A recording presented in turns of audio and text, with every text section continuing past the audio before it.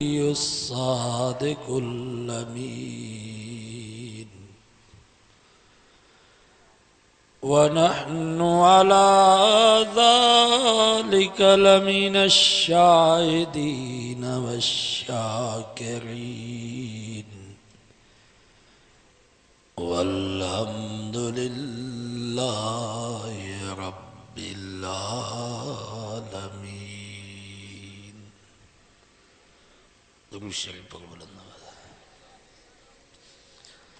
अल्लाहुम्म सल्लि अला मुहम्मदिन व अला आलि मुहम्मद कमा सल्लैता अला इब्राहीम व अला आलि इब्राहीम इन्नका हमीदुम मजीद।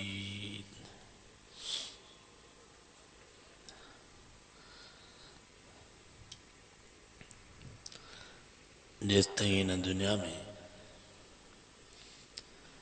कुरान पढ़ण वारा ऐं पढ़ाइण वारा, कुरान मजीद ॿुधण वारा ऐं ॿुधाइण वारा, ई आलिम ई तालिब, ई हाफ़िज़ ई कारी, ई मस्जिदूं ई मदरसा, ई वाइज़ ई जलसा आहिनि तेसिताईं क़ुरान भी आहे त दुनिया जो जहान भी आहे। छो त दुनिया में सिर्फ़ टे शयूं आहिनि, हिकु ख़ालिक, ॿियो मख़लूक, टीं अहिड़ी शइ आहे जेका न ख़ालिक आहे न मख़लूक आहे। ज़ालिकुमुल्लाहु रब्बुकुम ला इलाहा इल्ला हुवा ख़ालिक़ु शै। ए इंसानो, तव्हांजो रब, तव्हांजो मालिक, तव्हांजो ख़ालिक सिर्फ़ अल्लाह। बाक़ी हर शइ मख़लूक आहे। आसमान मख़लूक, ज़मीन मख़लूक, जन्नत मख़लूक, जहन्नम मख़लूक, जिन्न मख़लूक, फ़रिश्ता मख़लूक, 1,24,000 अंबिया ऐं रसूल भी मख़लूक। पर आमिना जो लाल, असांजो मिठो नाले वारो मुहम्मद मुस्तफ़ा सल्लल्लाहु अलैहि वसल्लम भी मख़लूक का, ख़ालिक सिर्फ़ अल्लाह। टीं अहिड़ी शइ आहे जेका न ख़ालिक आहे न मख़लूक आहे। उहो ई अल्लाह जो क़ुरान आहे जेको न ख़ालिक आहे न मख़लूक आहे, बल्कि ही क़ुरान अल्लाह जी सिफ़त है, अल्लाह जो कलाम। अल्लाह हुयो, अल्लाह आहे, अल्लाह रहंदो। तो कुरान हुयो, कुरान आहे, कुरान क़यामत ताईं बाक़ी रहंदो।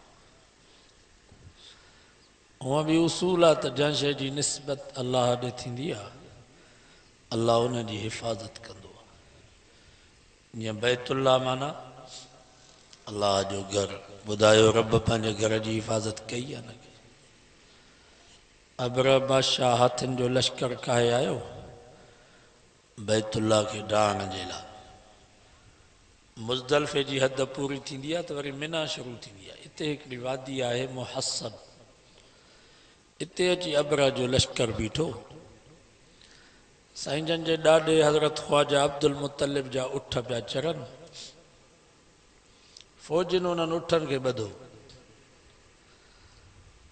बादशाह चयो त बैतुल्लाह जो जेको मुतवली आहे उनखे घुरायो। उन वक़्त में बैतुल्लाह जो मुतवली साईं जन जो ॾाॾो हज़रत ख़्वाजा अब्दुल मुतलिब हुयो। वॾो कदावर, हसीन ऐं जमील, रोब ताब वारो माण्हू। रिवायत में अचे थो जॾहिं हज़रत अब्दुल मुतलिब अबरा जे साम्हूं आयो त हुन ते एॾो रोब थी वियो जो इस्तक़बाल में अबरा उथी बीठो।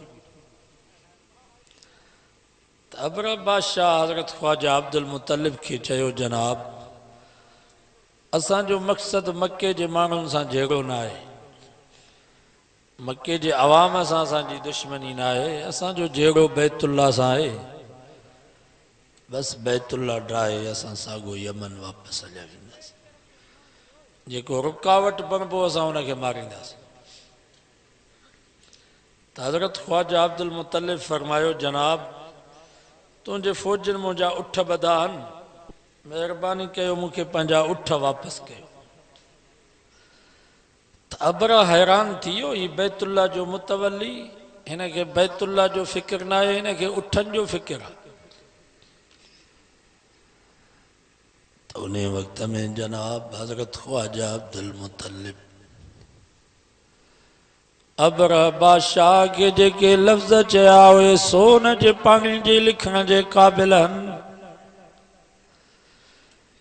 हजरत ख्वाजा अब्दुल मुत्तलिब फरमायो जनाब इन्हनि उठन जो मालिक मां तंहिंजे करे मुंहिंजी जिम्मेवारी आहे त मां पंहिंजे उठन खे छॾायां। बाक़ी हिन बैतुल्ला जो मालिक मां न आहियां, बैतुल्ला जो मालिक असांजो अल्लाह आहे।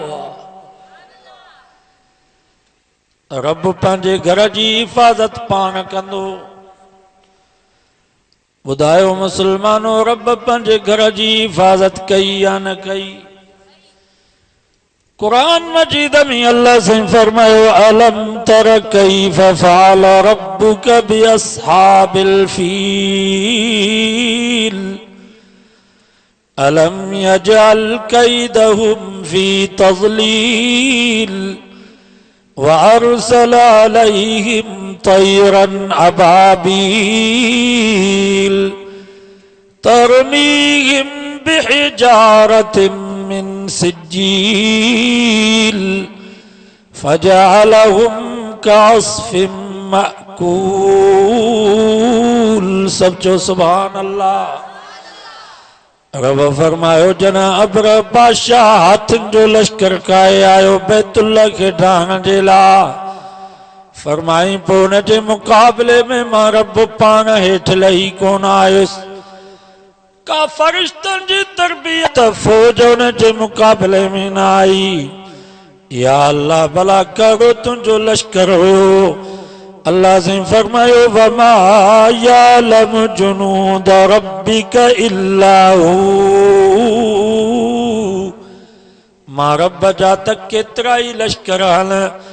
आसमान मुझो लश्कर, जमीन मुझो लश्कर, हवा मुझो लश्कर, बारिश मुझो लश्कर, दरियाई समुंदर भी मां खुदा जो लश्कर था।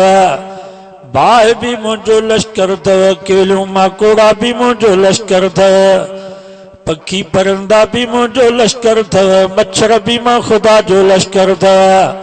वमा यालम जुनूद रब्बिक इल्ला हू। रब फरमायो मां पंहिंजे लश्करन के पाण थो ॼाणा, मुंहिंजे लश्करन जो ॿियो कंहिंखे भी पतो कोन्हे को। फरमाई अबरा वारी हाथन वारी फौज जे मुकाबले जे ला मां रब जे तरफां जेको लश्कर आयो वारसल अलैहिम तैरन अबाबील। नंढड़न पखियुनि जो लश्कर हुयो। झिरके जेतिरा नंढड़ा पखी हुया। या अल्लाह भला उन्हनि वटि गोरी मिसाइल हुयो या उन्हनि वटि एटम बम हुया, किलेशन या राइफल जूं उन्हनि वटि गोलियूं। फरमाइनन तरमीहिम बिहिजारतिम मिन सिज्जील। दाल जे चणे जेतिरियूं नंढड़ियूं पथरियूं खणी आया। ब चंबन में हिकड़ी चोंब में मुफसरी नजरात लिखन था जनमल वो पखी पथरी हेठ पे उछलाए जै भी फौजी जे मथे के वा पथरी पे लगे तो उन फौजी के क्रॉस करे, हाथी के वञी जमीन में सुराख पई करे।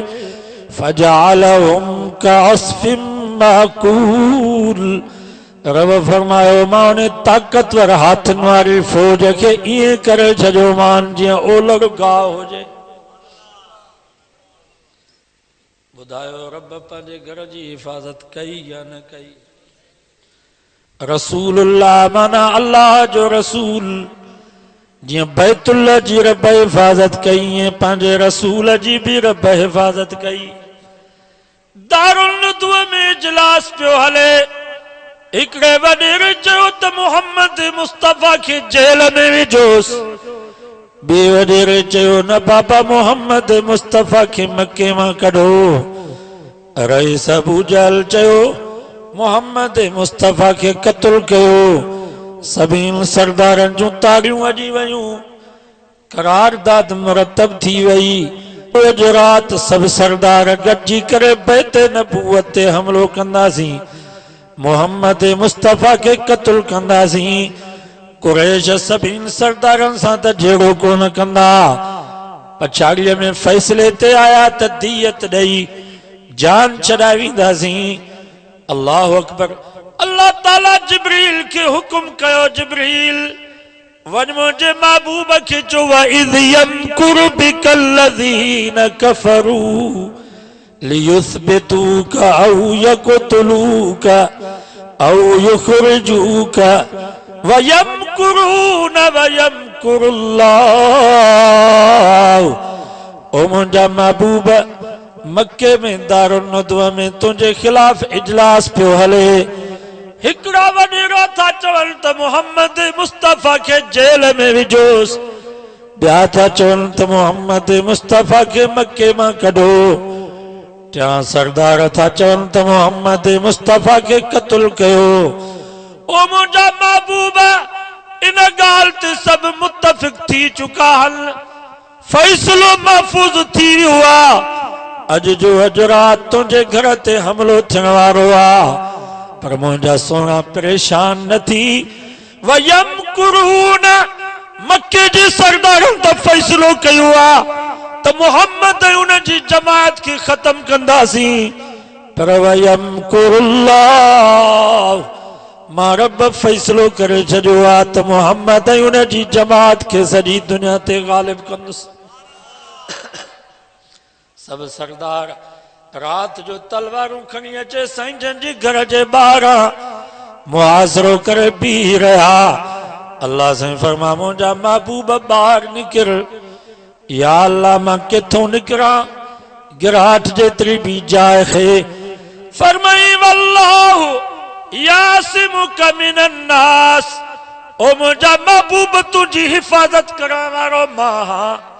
वयतवल्ला सालिहीन, सोना तुझो सरपरस्त ऐं ज़िम्मेवार मां रब हां। जंहिंजो सरपरस्त ऐं ज़िम्मेवार रब हुजे, दुनिया जी काई ताक़त उन सां मुक़ाबलो न करे सघे।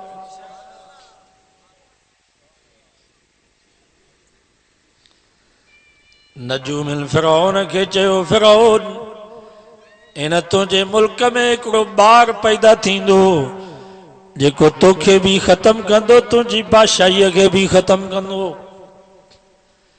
फिरौन आर्डर जारी कयो त बनी इसराइल में जेको भी पुट जमे उनखे ज़िब्ह कयो, न्याणी के छॾे ॾियो। युक़त्तिलून अब्नाअकुम वयस्तहयून निसाअकुम। कुरान तो फरमा, पुटन के ज़िब्ह पिया कनि, न्याणियुनि के छॾे पिया ॾियनि। 70,000 बनी इसराइल जा मासूम बच्चा ज़िब्ह थी विया। आखिर नजूमिल फिरौन के चयो, फिरौन, वो ॿार पैदा थी चुको आहे जेको तोखे ऐं तुंहिंजी बादशाही खे ख़त्म करे। फिरौन आर्डर जारी कयो त बनी इसराइल में जेको भी ॿार ॼावल हुजे, घर घर जी तलाशी वठो, उनके ज़िब्ह करे मुझे आॾो पेश कयो ता त मां सुकून हासिल कयां। एॾो हज़रत मूसा जी अम्मा रोए पई त इजो कातिल आया, मुझे साम्हूं मुझे बच्चे के ज़िब्ह कंदा। रब फरमायो, वहुव यतवल्ला सालिहीन। ओ मूसा जी अम्मा परेशान न थी, इन जो सर्प में वार मां रब। वअवहैना इला उम्मे मूसा अन अर्ज़ई। मूसा जी अम्मा जी मुंहिंजा मौला पंहिंजे बच्चे के खीर प्यार। फ़इज़ा ख़िफ़्ती अलैहि फ़अल्क़ीहि फ़िल यम। जन महिल ख़ौफ़ महसूस करी त कातिल मुंहिंजे बच्चे के ज़िब्ह कंदा, त इन बच्चे के पेटीअ में बंद करे दरियाए नील में उछलाईंस। सब चो सुभान अल्लाह। या अल्लाह, हू मुझे बच्चे के पिया ज़िब्ह कल। हाणे मां पंहिंजे बच्चे के पंहिंजे हथनि सां मारियां, जेकर पेटीअ जा सब सोराख बंद कंदस त बच्चो बूसाटी मरी वेंदो। जेकर सोराख खुलियल हुंदा त पानी अंदर ईंदो बुढ़ी मरी वेंदो। हूअं भी मौत हीअं भी मौत। रब फरमायो वहुव यतवल्ला सीन, इन जो सरपरस्त जिम्मेवार मां। तू पेटीअ में बंद करे दराए नील में उछलाईस। वला तखाफी वला तहज़नी, बिन शैन जी रब मनो कयस। रब फरमायस खौफ भी न कजा, मता खौफ करें त बुढ़ी वेंदो। वला तहज़नी, गम भी न कजा, मता दुख करें त अलाए केतिरा साल मूंखां जुदा थी वेंदो। अल्लाह साईं फरमायो इन्ना रादूहु इलैक वजाइलूहु मिनल मुरसलीन। मूसा जी अम्मा इन जो सरपरस्त मां रब हां। अज जो अज इनके तुझे झोलीअ में मोटाईंदुसि, रसूल भी तुझे हयातीअ में बनाईंदो मांस। खीर तू प्यारींदी, पघार इन दुश्मन जे घर आईंदी। अल्लाह अकबर। हाओ रब तुझी कुदरतों कुर्बान। हजरत मूसा जी अम्मा मूसा अलैहिस्सलाम के खीर प्यारे पेटीअ में बंद करे पेटी दराए नील में उछलाई। अल्लाह से फरमायो फलयुल्किहिल यम बिस्साहिल याखुदहु अदुव्वुल ली व अदुव्वुल लह। रब दराए नील के तो हुक्म करे, ओ दराए नील मां रब तो के हुक्म तो कया इन पेटीअ के लोड़े लोड़े उन किनारे ऐं साहिल ते पहुचा जिथे मुंहिंजो दुश्मन भी बीठो आ त मूसा जो दुश्मन भी बीठो आ। ॾिसूं त फिरौन छा थो करे। वहुव यतवल्ला सालिहीन, इन जो सरपरस्त ऐं जिम्मेवार मां रब हां। कुरान तो फरमाए उहा पेटी लुगंदी लुगंदी उन साहिल ऐं किनारे ते पहुती आ जिथे फिरौन पंहिंजी घरवारी आसिया समेत वेठो आ। मिस्र जूं मायूं, मिस्र जे वज़ीरनि ऐं सरदारनि जूं बेगमात सब साहिल ते वेठियूं। उहा पेटी लुगंदी लुगंदी उन किनारे ते वञी पहुती। अल्लाह अकबर। पेटीअ खे जो खोलिन त हज़रत मूसा अलैहिस्सलाम सब चो सुभान अल्लाह। हीअ अशद आंगुर उन जी वात में हुई। ताज़ो ताज़ो खीर आंगुर मां अचे पियो। नजूम फिरौन खे चयो इहो ॿार थई जेको तोखे ऐं तुंहिंजी बादशाहीअ खे ख़त्म कंदो। पर अल्लाह से फरमा वहुव यतवल्ला सालिहीन। खोसा था चवनि त असांजो सरपरस्त फलाणो सरदार आ, बिरोही था चवनि असांजो सरपरस्त फलाणो सरदार आ, जोगी था चवनि त असांजो सरपरस्त फलाणो सरदार आ, चांडिया था चवनि असांजो सरपरस्त फलाणो सरदार आ, मगसी था चवनि त असांजो सरपरस्त ऐं जिम्मेवार फलाणो सरदार आ। पर रब तू चवे वहुव यतवल्ला सालिहीन। नबियन ऐं रसूलन ऐं नबियन जे हिननि वारिसन आलिमन ऐं तालिबन जो सरपरस्त ऐं जिम्मेवार मां रब आहियां।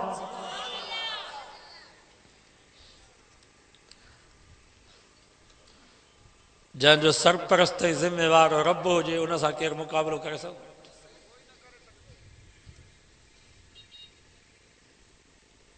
कुरान तो फरमा अलक़ैतु अलैका महब्बतम मिन्नी। असा मूसा जी मोहब्बत सभिनी जे दिल में विझी छड़ी। अल्लाह हजरत मूसा जे अख में अहिड़ी कशिश रखी जो जेको भी मूसा के ॾिसे पियो मोहब्बत में कैद पियो थी वञे। फिरौन जा वज़ीर भी चवनि पिया त ही ॿार बची वञे, जल्लाद भी चवनि पिया त हिन ॿार ते असांजी काती न वहे। एतिरे में फिरौन जी घरवारी माई आसिया आर्डर तो जारी थी ला तक़तलू। फिरौन भली असांजी सॼी बादशाही ख़त्म थी वञे, सॼो मुल्क असांजो बर्बाद थी वञे, पर ही बच्चो क़त्ल करणु न ॾींदी मां। ला तक़तलू असा अन यनफाना औ नतखिदहु वलदा। असां हिन खे पंहिंजो पुटेलो बनाईंदासीं। सब चो सुभान अल्लाह। अल्लाह अकबर। जेको रब फैसलो फरमायो तो फिरौन जे घर में हिकिड़ो ॿार पैदा थींदो जेको फिरौन उन जी बादशाही खे ख़त्म कंदो। शाम जो उन जे घर में ऐलान थो थिए असा अयनफाना औ नतखिज़हु वलदा, असां हिन खे पंहिंजो पुटेलो बनाईंदासीं, असांजे मिल्क हिन बादशाहीअ जो वारिस ई थींदो। फिरौन जी घरवारी आसिया थी चए त असांजो वारिस। अल्लाह से फरमायो वनुमक्किन लहुम फिल अर्ज़, असां जेको फ़ैसिलो कयोसीं त हिननि ताक़तवरनि जो वारिस असां ग़रीबनि कमज़ोरनि खे बनाईंदासीं। उहो साॻियो फ़ैसिलो उन जे घर मां हो थियो। अल्लाह अकबर। माई आसिया चयो कुर्रत ऐनिन ली, ही मुंहिंजे अखियुनि जो बि ठार आहे, वलक ऐं तुंहिंजे अखियुनि जो बि ठार आहे। फिरौन चयो आसिया तुंहिंजे अखियुनि जो ठार आहे पर मुंहिंजे अखियुनि जो ठार कोन अथई। पर कुझु ई कोन पियो सघे, छो त वॾा माण्हू सभु बेगमात जा मोल आहिनि। इहे रुॻो असांजे आॾो रोब अची हलाईंदा, घर वारी कावड़ अचे ग़रीबनि तां कढंदा।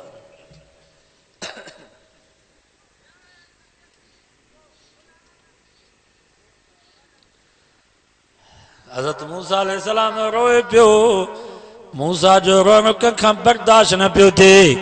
माई आसिया फिरौन खे चयो जल्दी कर मिस्र जूं मायूं घुरा जेके हिन ॿार खे खीर पियारनि।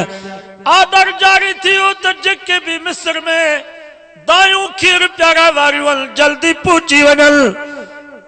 मायूं सभु पहुची वयूं।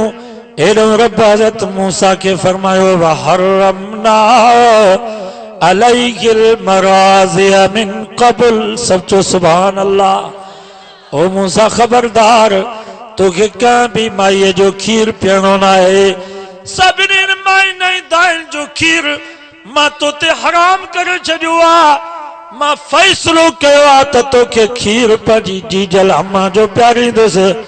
वयतवल्ल सालिहीन, छो त तुंहिंजो सरपरस्त ऐं ज़िम्मेवार मां रब आहे। जेका भी माई खीर प्यारण जे लाइ अचे, हज़रत मूसा कंहिंजी बि थञ न पियो वठे। आख़िर हज़रत मूसा जी भेण उते बीठी, फ़क़ालत हल अकुम अला अहल बैत। मूसा जी भेण चयो मां तव्हांखे हिकिड़ी माई जो ॾसु ॾियां जेका वॾी होशियार माई आहे, उनखे ॿारनि पालण जो वॾो ढंग आहे ऐं उहा माई हिन ॿार जी ख़ैर ख़्वाह बि आहे। जेकर हुकुम मिले त मां हुन माई खे वठी अचां। फिरौन चयो वारो कर, जल्दी कर वठी अचींसि। हज़रत मूसा जी भेण भॼंदी आई, अम्मा खे चई अम्मा जल्दी कर। अधु रोए थो पियो, दरियाए नील जे मौजुनि खां बची वियो आहे, रोए थो पियो, कंहिंजो बि खीर कोन थो पिए। अम्मा जल्दी कर। हज़रत मूसा जी अम्मा हाली त जल्दी यकदम आई हली, यकदम फिरौन जे महल में पहुती। जियां जो मूसा अलैहिस्सलाम खे छातीअ सां लॻायईं, सम्झी वियो त ही अम्मा जी झोली आहे। यकदम खीर पियण शुरू कयईं। सॼे महलात में नारा लॻी विया, मुबारक हुजई माई, मुबारक हुजई, मुबारक हुजई। हाणे इनाम तोखे मिलंदा, हदिया ऐं तोहफ़ा तोखे मिलंदा। मिस्र जे बादशाह जे महलात में तूं रहंदीअ। मूसा जी अम्मा यकदम खीर प्यारे माई आसिया खे चयो अम्मा वठो पंहिंजो बच्चो। सचो सुभान अल्लाह। साणी तव्हांजी अमानत वठो।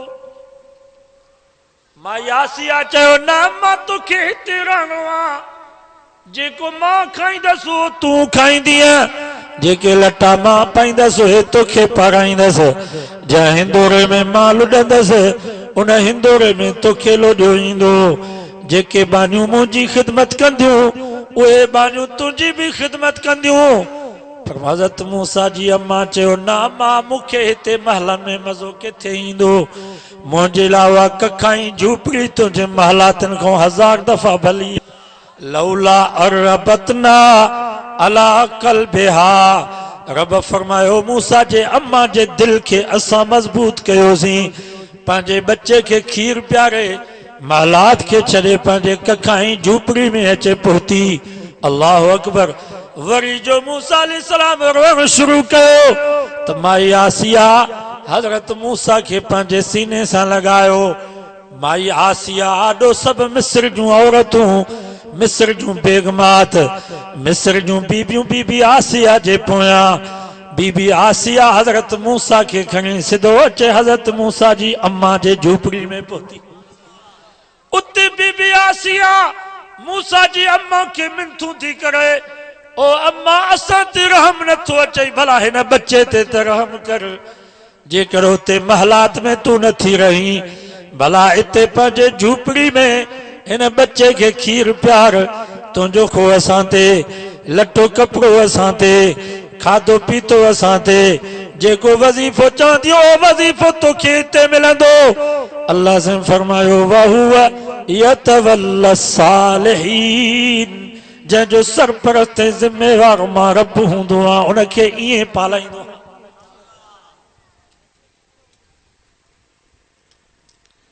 सो बाबा हिननि आलिमनि ऐं तालिबनि जो सरपरस्त बि अथव अल्लाह। मेहरबानी कयो हिननि सां ॾाढा न ॻाल्हाईंदा कयो, हिननि जो मुक़ाबिलो न कंदा कयो, हिननि आलिमनि ऐं तालिबनि सां टक्कर न खाओ। सिकंदर मिर्ज़ा मुल्क जो बादशाह हो पाकिस्तान जो, उन चयो त मां मौलवियुनि खे चांदी जे ॿेड़ी में विहारे विच समुंड में उछलाईंदुसि, मौलवियुनि मुंहिंजी जान छुटी वेंदी, पर वाह रब तुंहिंजी कुदरत जा फैसला। ओ सिकंदर मिर्ज़ा वञी बर्तानिया में होटल ते पेरो बीठो, पछाड़ीअ में मरी वियो, लाश भी पाकिस्तान में कोन पहुतुसि, ईरान जे कब्रिस्तान में वञी दफन कयूं, पर आलिम ऐं तालिब अॼु बि शेर वांगुरु गजंदा पिया वञनि। वहुव यतवल्ला सालिहीन, हिननि जो सरपरस्त ऐं ज़िम्मेवार रब अथव। वरी परवेज़ आयो, चई मां मौलवियुनि खे न छॾींदुसि, मुकूं पियो ॾेखारे, चए पियो मौलवी दीन जा ठेकेदार कोन्हनि खे असांजे काइदे जमीयत परवेज़ जे अखियुनि में अखियूं मिलाए करे चयो परवेज़ साहब होश सां ॻाल्हा, असां दीन जा ठेकेदार न आहियूं पर दीन जा पहरेदार ज़रूर आहियूं। अॼु उहो परवेज़ दुबईअ में थुकूं खाईंदो थो वधे पियो, पाकिस्तान में अचण जी जुरत ऐं हिम्मत भी कानेसि, पर वाह रब तुंहिंजी कुदरत जा असांजो काइदे जमीयत अॼु भी हर जाइ ते शेर वांगुरु गजंदो पियो वधे। वहुव यतवल्ला सालिहीन, रब फरमायो हिननि जो सरपरस्त ऐं ज़िम्मेवार मां रब आहियां। असांजो मौलाना अब्दुल गफूर कासिमी रहमतुल्लाह अलैह फरमाईंदो हो, हुक्मरानो ही आलिम ऐं तालिब रुक जा चङा अथव, जेको हिननि खे चॿाड़ण जी कोशिश कंदो त ॿटी ही हली वेंदसि। सॼो वाइदो कयो त हिननि जी हिफ़ाज़त कंदासीं, छो त हिननि जे खज़ाने हिननि जे सीननि में अलाह जो खज़ानो, आलिमनि ऐं तालिबनि जे सीननि में कंहिंजो खज़ानो। नवाज शरीफ पंहिंजे खज़ाने जी हिफ़ाज़त बर्तानिया पियो करे, ज़रदारी साहब पंहिंजी खज़ाने जी हिफ़ाज़त दुबई पियो करे, इमरान खान पंहिंजे खज़ाने जी हिफ़ाज़त यहूदन वटि पियो करे। अल्लाह से फरमायो इन्ना नहनु नज़्ज़लना ज़िक्र, रब फरमायो ही खज़ानो असां जो आ, सब चो सुभान अल्लाह, ही खज़ानो असां जो आ, व इन्ना लहू लहाफ़िज़ून, हिन खज़ाने जी हिफ़ाज़त भी असां कंदासीं। या अल्लाह भला हिन खज़ाने जी हिफ़ाज़त किथे थींदी? लोही कोटन में, मज़बूत किलनि में, अलमारियुनि ऐं बैंकुनि में, पुलिस ऐं फौज जे पहरे में? फरमाई न बल हुवा आयातुम बय्यिनातुन फी सुदूरिल लज़ीना ऊतुल इल्म, रब फरमायो असां पंहिंजी खज़ाने जी हिफ़ाज़त कई आहे आलिमनि ऐं हाफ़िज़नि जे सीननि में, आलिमनि ऐं हाफ़िज़नि जे सीननि में असां हिन पंहिंजे खज़ाने जी हिफ़ाज़त कई। ऐं यादि रखो मुसलमानो, इमरान खान जो खज़ानो का कोट में महफूज़ हुजे ऐं उन कोट के केरु खाट हणे इमरान छॾींदो?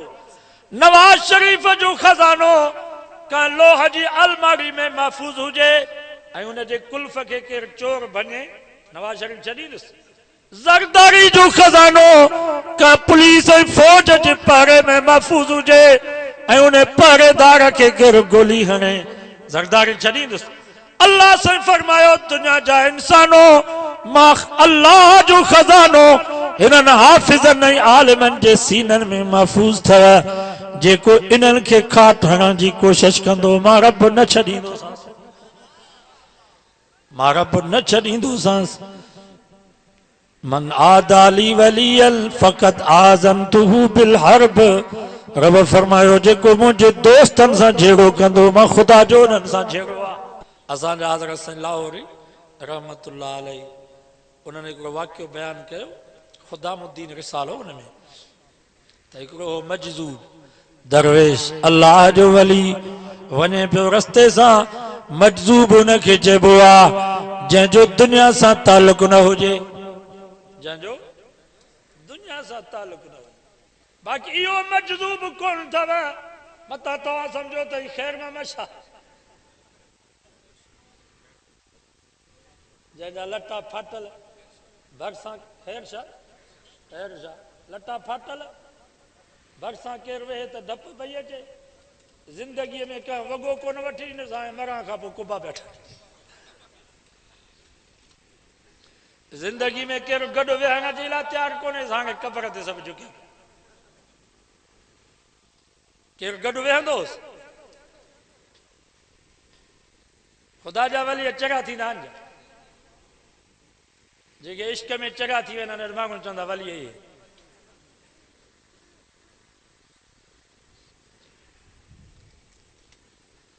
हज़रत अता शाह बुखारी रहमतुल्लाह अलैह फरमाइंदो ये कौम अजीब है मानने पर आए तो पत्थर को भी अल्लाह माने न मानने पर आए तो सच्चे रब को भी न माने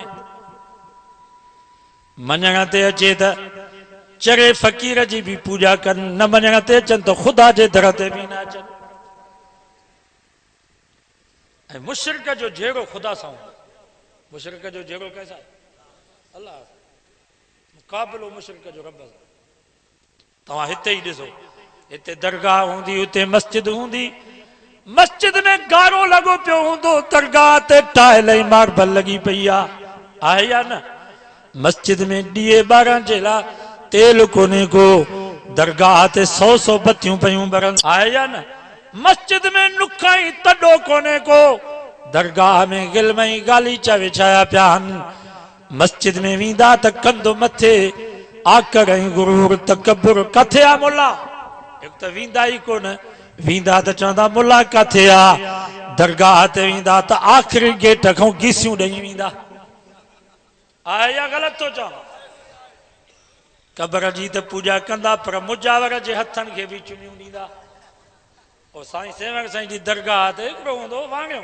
लालदास छा नालो हुउसि लालदास भाई झूलेलाल लिखियल हूंदो नी वांगनि जे गाॾीअ जे पोयां इहो झूलेलाल कलंदर शहबाज थो रही त इहो लालदास वांगियो हुते मुजावर हूंदो हाणे बि उते अञा वेंदा आहिनि वांगे उन लालदास वांगे जे हथनि खे माण्हू चुमियूं ॾींदा हा मुस्लमान उन जे पेरे पवंदा हा अरे ज़ालिमो ही वांगियो हिन जे हथनि खे तव्हां चुमियूं था ॾियो हिननि जो वॾो मौलवी हाणे वीचारो मरी वियो आहे मौलवी मोहम्मद कासिम मशहूर तव्हां ॿुधो हूंदो उन लालदास वांगे खे पियो चवे वॾनि नसीबनि वारो आहे वॾनि बख़्तनि वारो आहे जो रब तोखे कलंदर साईं जी मुजावरी नसीब कई आहे वांगे जे हथनि खे चुमियूं ॾियो ऐं इन्हनि हक़ वारनि आलिमनि उलमा देवबंद के गारियों जो समझ में अचे तो तव्हांजी निस्बत वांगन सां आहे अल्लाह मोहम्मद मुस्तफ़ा सां तव्हांजो कोई ताल्लुक न आहे बाबा वांगियो असांजी मस्जिद में ईंदो कोन थो अचनि पर दरगाहुनि ते वञे थो या कोन थो वञे दरगाहुनि ते ख़र्च कनि था वांगे जा पैसा मस्जिद में इस्तेमाल कबा वठबा ई न उन खां मुसलमान ग़रीब खां वठबा वांगे खां न वठबा पर दरगाह ते वांगा ख़र्च कनि था घोटकी जे पासा पीर लाल बरी हा पीर बरी आहे उन जी दरगाह ते करोड़ जो ख़र्च थियो आहे, सॼो घोटकीअ जे वांगुरु, सॼो घोटकीअ जे वांगुरु ख़र्च कयो। भली तव्हां हली ॾिसो, इतबार न अचे त मूंसां गॾु हलो, मां तव्हांखे ॾेखारियां। उते मुस्लमान बि अचनि था, वांगुर बि अचनि।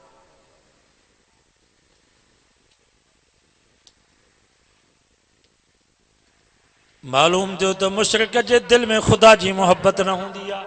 सही तो चवां या ग़लति? कुरान मजीद में अल्लाह से फरमायो ला युकज़िबूनक, ओ मुंहिंजा महबूब मक्के जा मुशरिक तोखे कूड़ो कोन था भाइनि। हिन वक़्त बि पंहिंजे ओताकुर में चवनि था मोहम्मद मुस्तफ़ा जहिड़ो सच्चा दुनिया में कोन्हे को, मोहम्मद मुस्तफ़ा जहिड़ो अमीन ऐं सादिक दुनिया में कोन्हे को।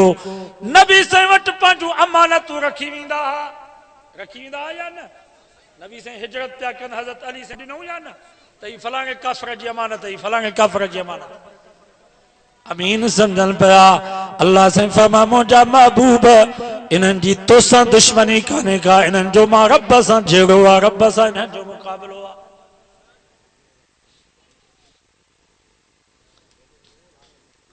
त मजज़ूब उनखे चइबो आहे जंहिंजो दुनिया सां तालुक न हुजे, जंहिंजो दुनिया सां तालुक न हुजे। बाक़ी जेके उघाड़ा पिया घुमनि ये मजज़ूब न आहिनि बाबा, ये चरिया आहिनि, ये पागल आहिनि, ये इश्क में चरिया थिया आहिनि।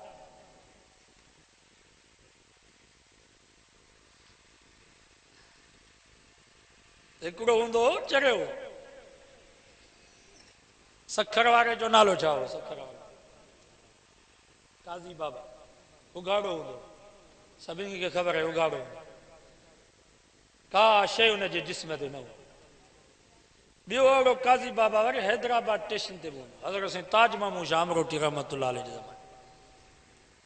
पोइ जेको वञे पोइ अची हुनखे तंग कनि, दुआउनि जो चवनि, परेशान कनि। पोइ तंग जो थींदो हो त पोइ ज़ेरनाफ़ पटे हुन मुरीद खे ॾींदो, दुन जे हेठों जेके वार आहिनि उहे पटे ॾींदो। पोइ जंहिंखे इहो वार मिलियो उनखे चुमियूं ॾियनि, चवनि बसि साईं राज़ी थी वियो, साईं राज़ी थी वियो। ख़ुदा मुशरिक जी मत खसींदो आहे त पोइ ईअं ज़लील कंदो।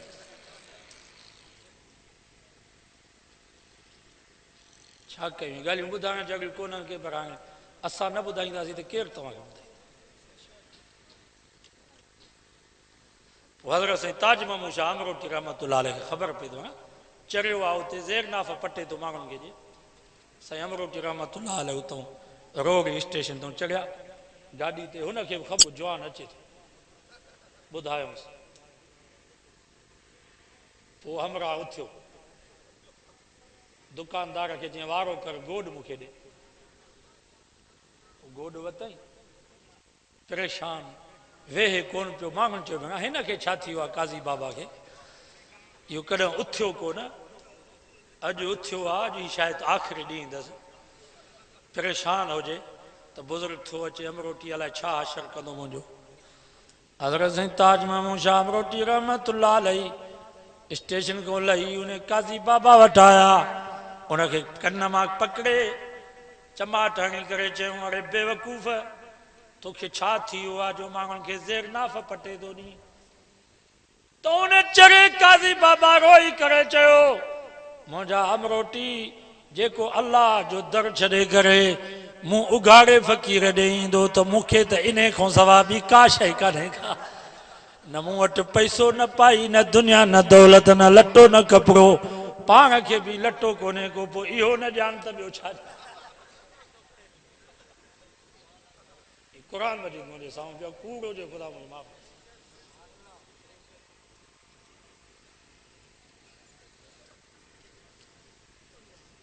केरु सम्झाए न क़ौम खे।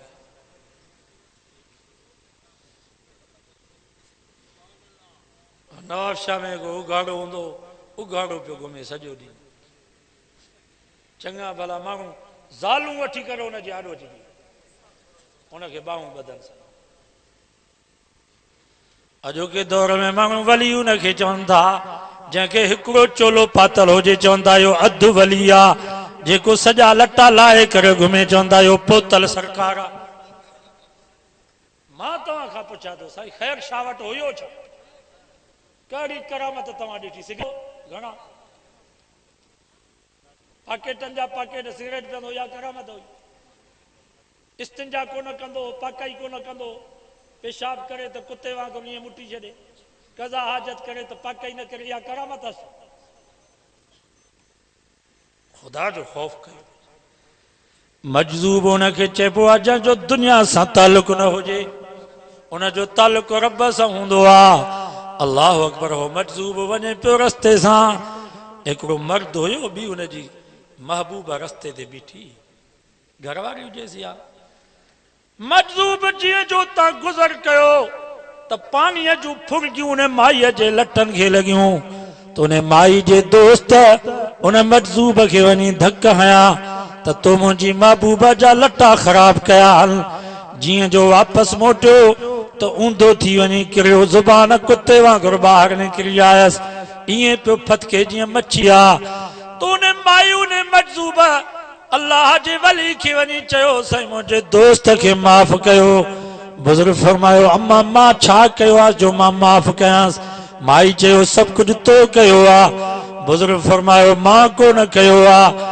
माई चयो तो कयो आहे मुशरिक ऐं मुआहिद में फ़र्क़ु इहो अथव मुशरिक चवंदो आहे तो कयो आहे मुआहिद चवंदो आहे मां न कयो आहे मुंहिंजे अल्लाह कयो आहे बसि फ़र्क़ु इहो आहे उहा माई बि का मुशरिकणी हुई चई सभु कुझु तो कयो आहे बुज़ुर्ग फरमायो मां कोन कयो आहे अॼोके दौर जो को मुशरिक हुजे या पीर चयो या मोजी त पिट लॻी अथसि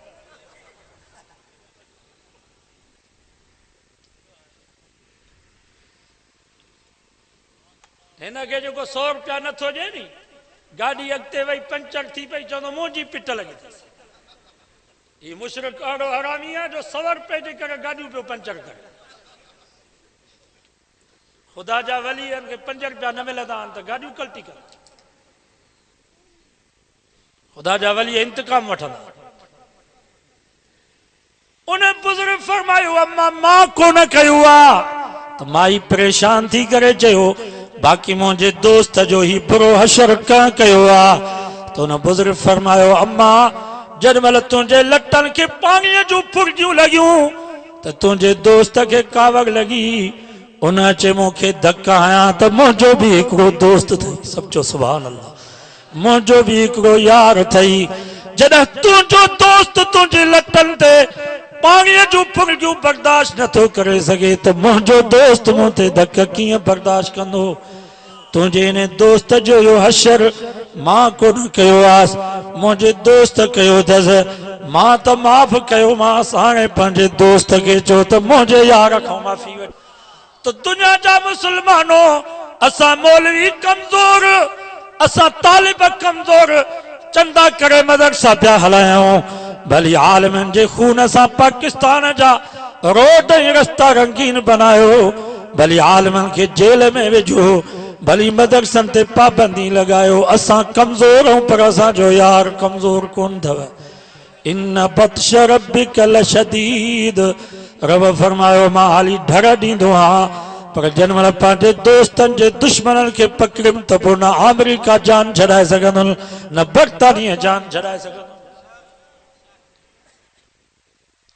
अॼु वाइदो कयो त इन्हनि जी हिफ़ाज़त कंदासीं इहे आलम तव्हां ई असांजा ख़ैर ख़्वाह आलमनि वटि रहमत वारो प्रोग्राम आहे या न बाबा आज़ान केरु ॾींदो आहे मौलवी आज़ान में रहमत आहे या न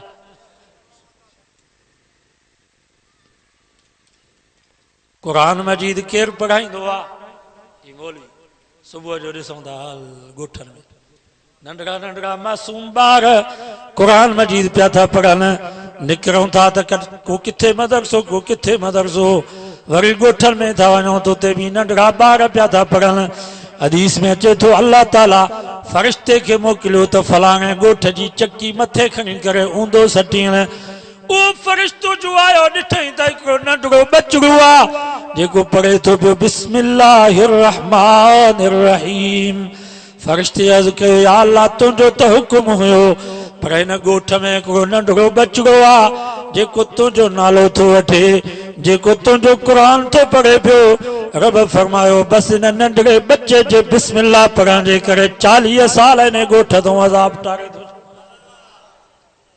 इन्हनि आलमनि जो थोरो आहे असांते बीननि सां मदरसा बंदि कयो।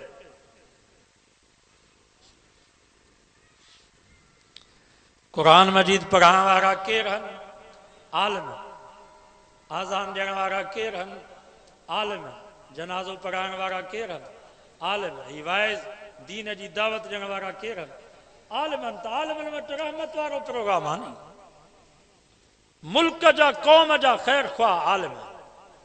ऐं आलिमनि जी इस्तिग़ना खे तव्हां ॾिसंदो हैरान थी। कोशिशि कयो त आलिमनि जे दर ते पाण अचो, हाज़ुरी भराईंदा।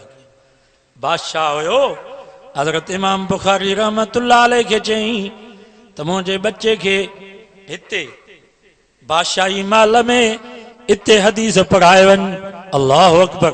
हज़रत इमाम बुखारी रहमतुल्लाह अलैह फरमायो, बादशाह हदीस जो इहो शान कोन्हे त तुंहिंजे दर ते पंधु करे अचे, पंहिंजे बच्चे खे मोकिल त हदीस हिते अची पढ़े।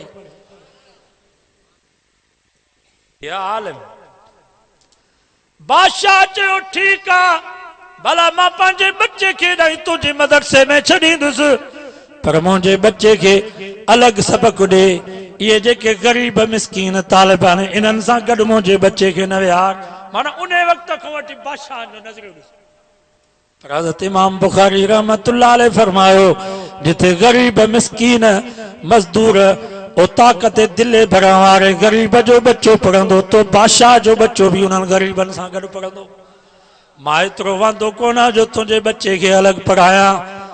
बादशाह चयो भला ठीकु आहे, इन्हनि ग़रीबनि सां गॾु मुंहिंजे बच्चे खे विहार, पर मुंहिंजे शहज़ादे जे हेठों को गादेलो हुजे, को गादेलो हुजे, को गालीचो हुजे, उते मुंहिंजे बच्चे खे विहार, जीअं ॿाहिरां आयल माण्हू खे ख़बर पए त ही ग़रीबनि जा ॿार आहिनि, ही बादशाह जो ॿार आहे। पर हज़रत इमाम बुखारी रहमतुल्लाह अलैह फरमायो, बादशाह जा तॾे ते ऐं नुख ते ग़रीब जो ॿार वेहंदो, उन नुख ई तॾे ते तुंहिंजो बच्चो बि वेहंदो। त बादशाह चयसि मां तोखे ॻोठ मां लॾाए छॾींदुसि। इमाम बुखारी रहमतुल्लाह अलैह फरमायो, ॻोठ मां लॾींदुसि पर मोहम्मद मुस्तफ़ा जे हदीस खे लॾी न कंदुसि। ॻोठ तुंहिंजो छॾींदुसि, शहर तुंहिंजो छॾींदुसि, पर मोहम्मद मुस्तफ़ा जे दीन खे न लॾाईंदुसि। इहे हालत जा आलिम। ईद जी राति, छा ईद जी राति, ईद उल फित्र जी राति हुई, उन राति हज़रत इमाम बुखारी रहमतुल्लाह अलैह के घर में लड़ा। ये उन वक्त जा बादशाह अञा नेक आहे, हिन वक्त जा बादशाह त पहिरें नंबर जा हरामी। ये कीअं बर्दाश्त कनि? ये उन वक्त जा बादशाह। बाबा जेको पंहिंजे बच्चे खे हदीस पियो पढ़ाए त इहो नेक हूंदो। चए पियो तूं मुंहिंजे बच्चे खे हदीस पढ़ा सही बुखारी, त नेक हो नी बादशाह। उन नेक बादशाह जो इहो हाल आहे जो इमाम बुखारी रहमतुल्लाह अलैह जहिड़े बुज़ुर्ग खे ईद जी राति लॾाई, त ही बादशाह कीअं असांखे बर्दाश्त करे?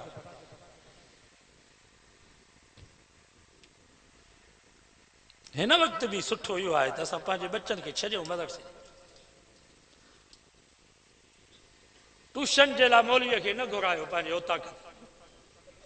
शहरनि में वॾा वॾा माण्हू ऑफिसर, छा कयूं, जाइज़ त आहे। सिंधी में चवंदा आहिनि त जेकर को मरीज़ हुजे डॉक्टर ॾे नथो हली सघे त पोइ डॉक्टर खे भला घुरायो। सही थो चए, सफ़ा को मरीज़ हुजे सफ़ा, पोइ मजबूरन डॉक्टर खे चइबो आहे बाबा थेलो खणी आ, हिते सुई हणी वञे। सो ही बि ईअं सम्झो त रूहानी मरीज़ आहे, पंहिंजे बच्चनि खे नथा छॾनि ओॾाहीं मदरसे में। भला इहो बि भलो आहे, 1000 रुपया मौली साहब खे ॾियनि भला उते ओताक में घर जे कमरे में। मजबूरी आहे, छा कयूं, मरीज़ आहे रूहानी, ओॾाहीं हिननि जी दिलि बर्दाश्त नथी करे। पर असां चऊं था त बहितर आहे इहो आहे त हिननि पंहिंजे बच्चनि खे मदरसे में छॾियो, उते वञी हदीस पढ़नि, उते वञी क़ुरान जो इल्मु पढ़नि, क़ुरान मजीद जे पंधु करे वञिबो आहे। ऐं वाइदो कयो त साथ इन्हनि आलमनि सां तावन कंदासीं। ऐं रजब जो महीनो आहे न, इलाइक़े में जेके मदरसा आहिनि उन्हनि सां तावन कयो। छो त असांजे आलमनि फ़ैसिलो कयो आहे जेको मौलवी हुकूमत खां पैसा वठी करे मदरसे में इस्तेमालु कंदो, इहो बेगरत मौलवी आहे। असां इन्हनि ग़रीबनि मिसकीननि खां ख़ैरात वठी सदकात वठी कुर्बानी जो खलूं वठी अन्न वठी करे मदरसा हलाईंदासीं पर इन्हनि ज़ालिमनि जो असां मुक़ाबिलो कंदासीं। ख़ुसूसन हुकूमत जेका ज़कात मिलंदी आहे असां वटि त अचनि थो में चेयरमैन भी अचनि था डीसी जे तरफ़ों नुमाइंदा भी अचनि था मौलवी साहब तव्हांखे मदरसे जो हाल ठाराए ॾियूं महीने में तव्हांखे पैसनि जी ज़रूरत हुजे असां तव्हां सां ताउन कयूं हुकूमत जे तरफ़ां पर असांजे आलमनि फ़ैसिलो कयो आहे हज़रत साईं ॿेर वारनि जो फ़ैसिलो अञा ताईं महफ़ूज़ आहे। अल्लाहु अकबर। साईं फरमायो या हुकूमत जे तरफ़ों जेका ज़कात थी मिले या कॾहिं भी पंहिंजे मदरसे में इस्तेमाल न कयो मदरसनि मां बरकत हली वेंदव जिथे तालिब तडन ते वेही करे कुरान पढ़नि था तहज्जुद पढ़नि था इहो पैसो हुकूमत वारो मदरसे में आयो त कुत्ता ई गधा मदरसनि में बीठा हूंदा। पछाड़ीअ में हुकूमत जे तरफ़ों असांजे मदरसनि में किताब वठी मोकिलियो सही बुखारी सही मुस्लिम इब्न माजा नसाई अबू दाऊद तिरमिज़ी 40-40 50-50 हज़ार जा सेट पैसा जो न पिया वठूं त वरी इन नमूने सां पिया असांखे हेराइनि। हज़रत साईं ॿेर वारनि खे ख़बर पई चयो बाबा ये किताब वापसि कयो चेयरमैननि खे डीसी खे ये किताब वापसि कयो असां इन्हनि ग़रीबनि मिस्कीननि खां चंदो वठी करे मदरसे जे लाइ किताब वठंदासीं हुकूमत जे पैसनि जा वरितल असां किताब मदरसे में न रखंदासीं बरकत असांजे मदरसे में हली वेंदी। हिन वक़्त भी असांजे सिंध जे मदरसनि वारनि फ़ैसिलो कयो त को चेयरमैन फर्श हणाइजे त हुनजो फर्श भी मदरसे में न हणाइजो इहो कच्चो फर्श असांजे लाइ भलो आहे बाथरूम भी हुकूमत जे पैसनि मां मदरसे में न ठाराए।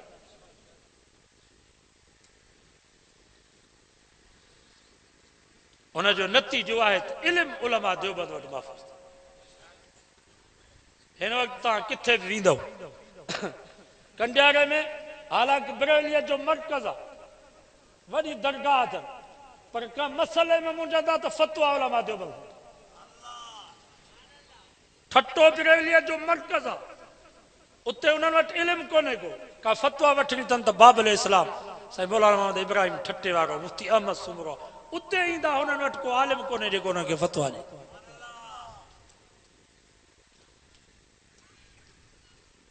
उलमा देवबंद तव्हांजे पैसे खे रायगान न कयो आहे तव्हांजे पैसे खे सजायो ही तव्हांजो तावन आहे उलमा जी महिनत आहे जो असांजो क़ुरान भी महफ़ूज़ असांजी सही बुखारी भी महफ़ूज़ सही मुस्लिम भी महफ़ूज़ इब्न माजा नसाई भी महफ़ूज़ अबू दाऊद तिरमिज़ी भी महफ़ूज़ पर मुबारक हुजे ही तव्हांजो तावन आहे उलमा देवबंद जी महिनत आहे जो अल्हम्दुलिल्लाह असांजी हिदायत भी महफ़ूज़ असांजी कंज़ दक़ाइक़ भी महफ़ूज़ असांजी कुदूरी भी महफ़ूज़ पर शेख सादी रहमतुल्लाह अलैह कई साल पहिरीं करीमा फारसी में किताब लिखियो शेख अत्तार पंदनामो लिखियो नामे हक भी महफूज पंदनामो भी महफूज करीमा भी महफूज गुलिस्ता भी महफूज अल्हम्दुलिल्लाह सजो इल्म अल्हम्दुलिल्लाह साजो महफूज आ। अगे ज़माने में असांजा बुजुर्ग जेके हूंदा पोइ पंहिंजे नियाणियुनि खे नियाणी सम्झ सां थींदी पोइ हुनखे पना बि ॾींदा मस्कुपड़ी ऐं किल्क बि ॾींदा त क़ुरान लिखो पोइ क़ुरान मजीद लिखंदी नियाणी पोइ जंहिं महिल कलमी नुस्ख़ो तयारु थींदो हो त पोइ ॾाजे में उन नियाणी खे हथनि जो लिखियल क़ुरान ॾींदा हथ जो लिखियल क़ुरान हुनखे ॾींदा हा तव्हां त हिन जे मुड़ुस खे पतो पवे त असांजी नियाणी जीअं सम्झ सां थी आहे हिन जो तालुक क़ुरान सां थियो आहे ऐं अल्हम्दुलिल्लाह उहा सुन्नत हाणे बि ज़िंदा कनि पियूं नियाणी। मां हाणे थरपारकर जे पासे ॾिस थर जहिड़ो इलाइक़ो उते हिकिड़ो असांजो दोस्त आहे पली उनजी भेण हुई नंढड़ी 12-13 सालनि जी आलिम थी आहे 4 सालनि जो कोर्स पूरो करे दस्तार कई अथई ऐं हिन साल क़ुरान मजीद लिखणु शुरू कयो अथई चईं पंहिंजे हथनि सां 22 सिपारा लिखी वई उन्हनि बुज़ुर्गनि जी सुन्नत खे पन्ने आकिल में 2 नियाणियूं सॼी सही बुखारी यादि कई जीअं क़ुरान मजीद यादि कबो आहे ये उलमा देवबंद के अल्लाह ताला शरफ नसीब फरमायो आहे। 2 नियाणियूं त बनात जे मदरसे में पढ़ाईंदियूं आहिनि आलिम थियूं वरी पढ़ाईंदियूं आहिनि सही बुखारी सॼी बर ज़ुबान उन्हनि खे यादि अल्हम्दुलिल्लाह उलमा महिनत कई आहे सॼो वाइदो कयो त इंशाअल्लाह इन्हनि जी ख़िदमत कंदासीं इन्हनि सां तावन कंदासीं ऐं अल्हम्दुलिल्लाह इलेक्शन में बि वाइदो कयो त साथ इन्हनि आलिमनि जो ॾींदासीं मुल्क ऐं क़ौम जा ख़ैर ख़्वाही आलिम मां जेको चयमि अल्लाह से कबूल मंज़ूर फरमाए। अमा तौफ़ीक़